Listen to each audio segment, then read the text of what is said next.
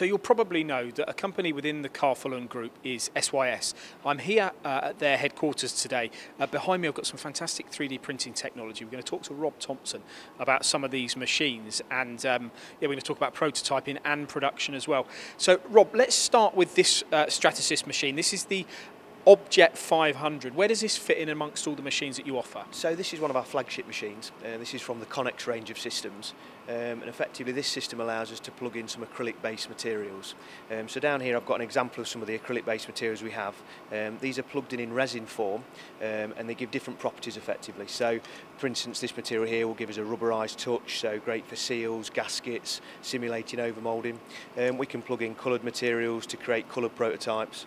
But the big benefit of this system really is the resolution that it can produce. So we're getting great resolution prototypes. Can you print one in conjunction with another? So for example here, this joystick, I'm not a gamer, but I can see that's a joystick. How's that been made? So that particular part there, the guys would have inserted separate CAD files, so for the buttons and the gaiter there that you see, and also the stick that we've got here, inserted those in with the same coordinates, which would have brought them in as an assembly. From the material we've got plugged into the machine at the time, then we can assign those to the different areas, and the machine will automatically then print those materials in the certain areas that you've assigned them to. So essentially that has been made in one hit? That's in one piece, yeah, all in one piece. Have you any idea how long that took to make? That particular part would have been about 3.5 hours, and a total cost of around about £10 or £15 in material. Let's have a look at some of these other applications then that are ideal for this type of machine. Now you say quality of finish and prototyping, that's where the object fits, is it? That's right, so form, fit and function is really the main applications for this type of technology. From a design point of view, allowing you to actually print the parts off, check that they're fitting together before you commit to then an injection mould tool or your traditional machining process. Is this a popular machine for SYS? Very popular technology. We start at a desktop range which will allow you to print with a single material at once, and move, as I say, all the way up to this system here which will allow you to plug 3 materials in and blend those to give you 36 materials on the tray at once. Okay, the other machine we're going to look at in a minute is more production orientated with a different materials, isn't it? Sure. The sort of programming side of things here that we see, is that a way of just importing all of your drawings and your files? Does it do anything else? Does it tell you the cycle times, the cost per part and all the rest of it? So the Object Studio software for the PolyJet systems allows us to import a file, orientate the part for printing, and then it allows us to give an estimation of the print time and the cost of the part. It then lets us assign the materials we want to the area of the part where we want a soft touch or a rigid or a clear area, and then press print essentially. So it's a driver software for this technology. So dead simple. Right, let's move this way, Rob. Going on to this Fortus 450 MC from Stratasys, what's fundamentally the differences between that printer and this one then? So essentially this machine is an FDM machine, so it's fused deposition modelling. So opening up the door here, we've got a reel of plastic, which is our model material, and that's a thermoplastic material. And we've also got a reel of plastic, which is our support material. So that's essentially our scaffolding that's going to support any overhangs or undercuts that's in the actual model we're printing. The big benefit of the FDM process is that we use the real thermoplastic materials. So engineers will be used to using things like ABS, polycarbonate, Ultem in aerospace, nylon 12 or carbon filled materials, and they're all available on this system. Am I correct in saying that an Airbus aircraft, a lot of the components on that are now made on these machines? That's right, so we really fit well into the high value, low volume area for end use parts, and so Airbus have now got around about 1,000 parts on one of the latest planes that are all duct in, cable holdings, all parts that are non-structural of course, but they're all parts that can be made at very lightweight and very low cost using the 3D printing process. And are we're restricted here by the size here of this machine to the size of part we can print? Do they have, you know, like machine tools, do the models go much bigger? Yep, we have a model above this which is around about 1 metre cubed in terms of the build volume, but we also have smaller systems as well, so it's around the, you know, what the customer wants in terms of the actual application. Similar way to program as we spoke about on the previous machine? Yeah, so it can be plug and play, so you can insert a CAD model, orientate it for print, get your estimation in time and also cost, and set it off to the machine very quickly. Or with this system there's an advanced piece of software that allows us then to change the tool paths, and that's quite key to the process. Let's have a look at this, because this is all as well, 3D printing is a lot about strength of component, integrity of parts.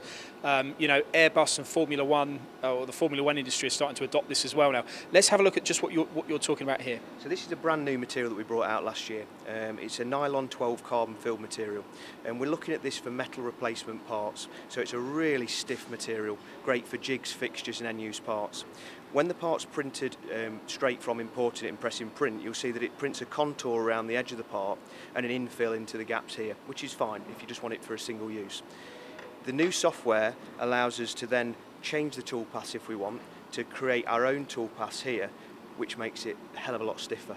So what you can utilise that for is putting inserts in there, or making a honeycomb infill in certain areas of the part which aren't so critical, so you can make the part lighter but stronger in different areas. So you can really change the software in terms of actually creating a better part.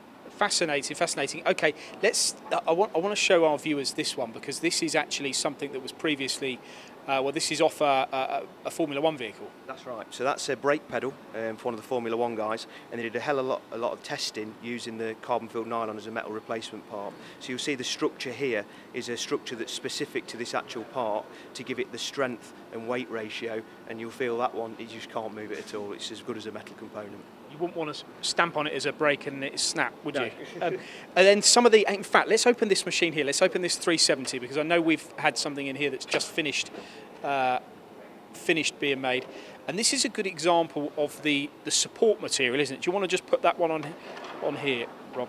So tell us what the differences is between the differences in colours of the materials. So the black material that you see here is your modelling material, and so for this helmet the customers decided to actually print this in the black material for testing or functional testing.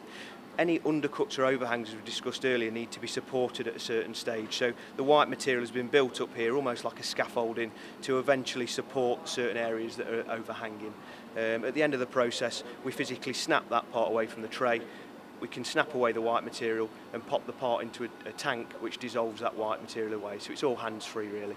Fascinating. Now the machine you just took that or extracted that part from, what's the difference between the F370 and the Fortress M or 450 that we have there? So this is our entry level into FDM, and we've got 3 machines at this level, the 170, 270 and 370, and this system's got a really nice build volume, allows us to utilise the ABS, ASA and PLA materials, and so from a design and concept proving point of view, this is a fantastic system. Also allowing people to get in to start using jigs and fixtures as well. Okay, I'm gathering that you've got a lot of experience in these Stratasys machines. How long have you actually been doing this here, or your role here at SYS? Because to me, this technology is fascinating. But if you buy one, you need the support. You need to know that the company you're buying from has the understanding of helping you on your journey. Are you that man? Sure, so I've been here 11 years, we've been supplying printers all that time, personally started off as a service engineer, and we've got a team of really experienced guys. So our large install base now has given us the opportunity to learn from customers driving applications more than anything. So when we look at sheet metal forming, vac forming, jigs, fixtures, end-use components, really a lot of that's been driven by our customer base, and so our experience has grown as our customers have grown as well, so we really would be here to support guys in terms of exploring whether it would be useful for them. And a figure you mentioned to me earlier, you've got hundreds of machines in the field, haven't you? You know, that in itself is a statement. You know, how many hundreds would you say that there are? We're probably up and around the 400 to 500 systems out there now in the UK. Stratasys themselves have got around about a 60% market share in terms of polymer 3D printing, so we really feel like we're with the right brand, and we've got a really strong install base that we work with. So reliability, integrity, ease of use, Stratasys is a great brand to be buying into, and when you feel like taking a seat, you can always take a seat there, because I know that was printed on these machines. Thank you very much for your time today, Rob. Cheers, thank you very much.